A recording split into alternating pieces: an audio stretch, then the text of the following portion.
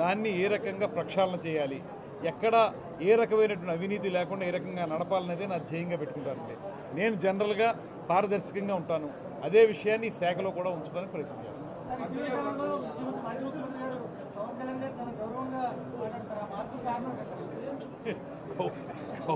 ఏమిటే క్షవరం అయితే కానీ వివరం రాదంటారు. క్షవరం అయితే కానీ వివరం రాదని ఆయన కాదు అధికారంలో ఉన్నంతకాలం కళ్ళు నెత్తి మీదకి ఎక్కినాయి. అందరినీ ఏకవచన సంబోధన చేశాడు ఆయన, లేదా వ్యక్తిగత దోషణలు చేశాడు.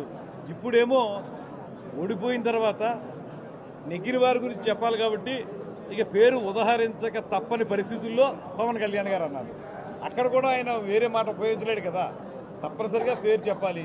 ఆ చెప్పిన పేరు ప్రకారం చంద్రబాబు నాయుడు గారు, పవన్ కళ్యాణ్ గారు, బీజేపీ వారు వారికి మా అభినందనలు అన్నాడు.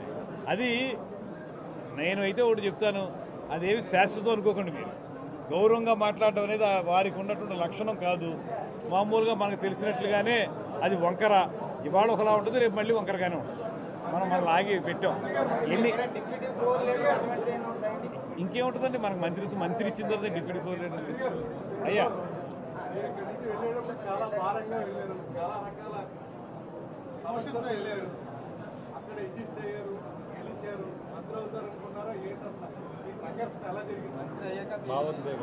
అంటే ఇక్కడి నుంచి వెళ్ళినప్పుడు కొంత భారంగా వెళ్ళిన మాట వాస్తవం.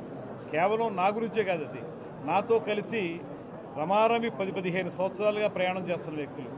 నేను ఎక్కడుంటే అక్కడ నాతో పాటు ఉన్నటువంటి వాళ్ళు ఆ నియోజకవర్గంలో వాళ్ళందరూ కూడా చాలా బాధపడ్డారు. బాధపడి మేము ఎటువంటి పరిస్థితుల్లో మాకు ఈ సీటు కావాలని అడిగారు.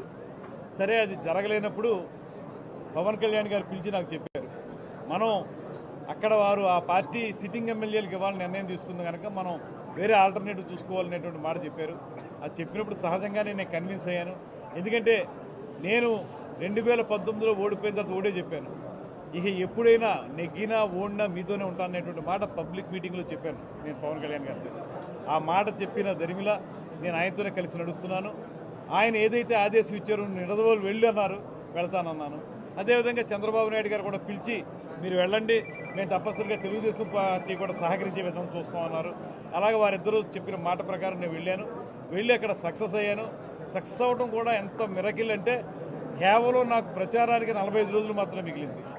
మీరు ఆశ్చర్యపోతారు, ఉదయం 7:30కి మొదలు పెడితే రాత్రి 11 వరకు రోడ్డు మీద అలా తిరుగుతూనే ఉండేవాళ్ళం. గ్రామానికి తిరిగాం, ఒక్క గ్రామం వదలలేదు, ఒక ఇల్లు కూడా వదలలేదు. సరే, ప్రచారం చేసుకున్నాం. దాంతోపాటు ఈ పార్టీల మీద ప్రజలకు మక్కువ ఏర్పడింది, కూటమి మీద నెగ్గిన తర్వాత అయితే మాత్రం నేను ఒకటి అనుకున్నాను, జనసేనకి ఇచ్చినటువంటి శాఖలు లేకపోతే మంత్రులు ఇస్తారన్న విషయంలో పవన్ కళ్యాణ్ గారు నాకు ఆ అవకాశం కల్పిస్తారని ఒక నమ్మకం అయితే మాత్రం నా మనసులో ఉంటుంది.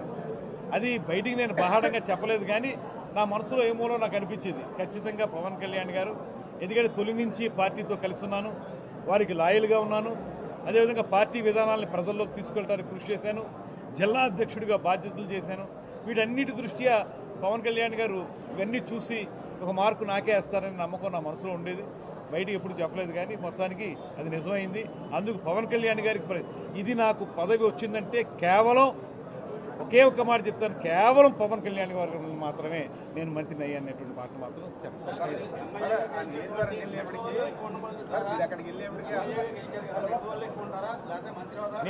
నేను అక్కడ ఎన్నికల ప్రచార సభల్లో కూడా చెప్పానండి, నేను ఎప్పుడైతే నిడదవోలుని నా ఎన్నికల కార్యక్షేత్రంగా ఎంపిక చేసుకున్నానో ఇక ఎప్పుడు కూడా నిడదవోలే నా స్వగ్రామం అని చెప్పాను. అక్కడ నేను ప్రస్తుతానికి అద్దెంట్లో ఉంటున్నాను, త్వరలోనే సొంత ఇంటిని ఏర్పాటు చేసుకోవడానికి ప్రయత్నం చేస్తాను. ఏదేమైనప్పటికీ నిడదవోలులో ఉంటాను. కాకపోతే రాష్ట్ర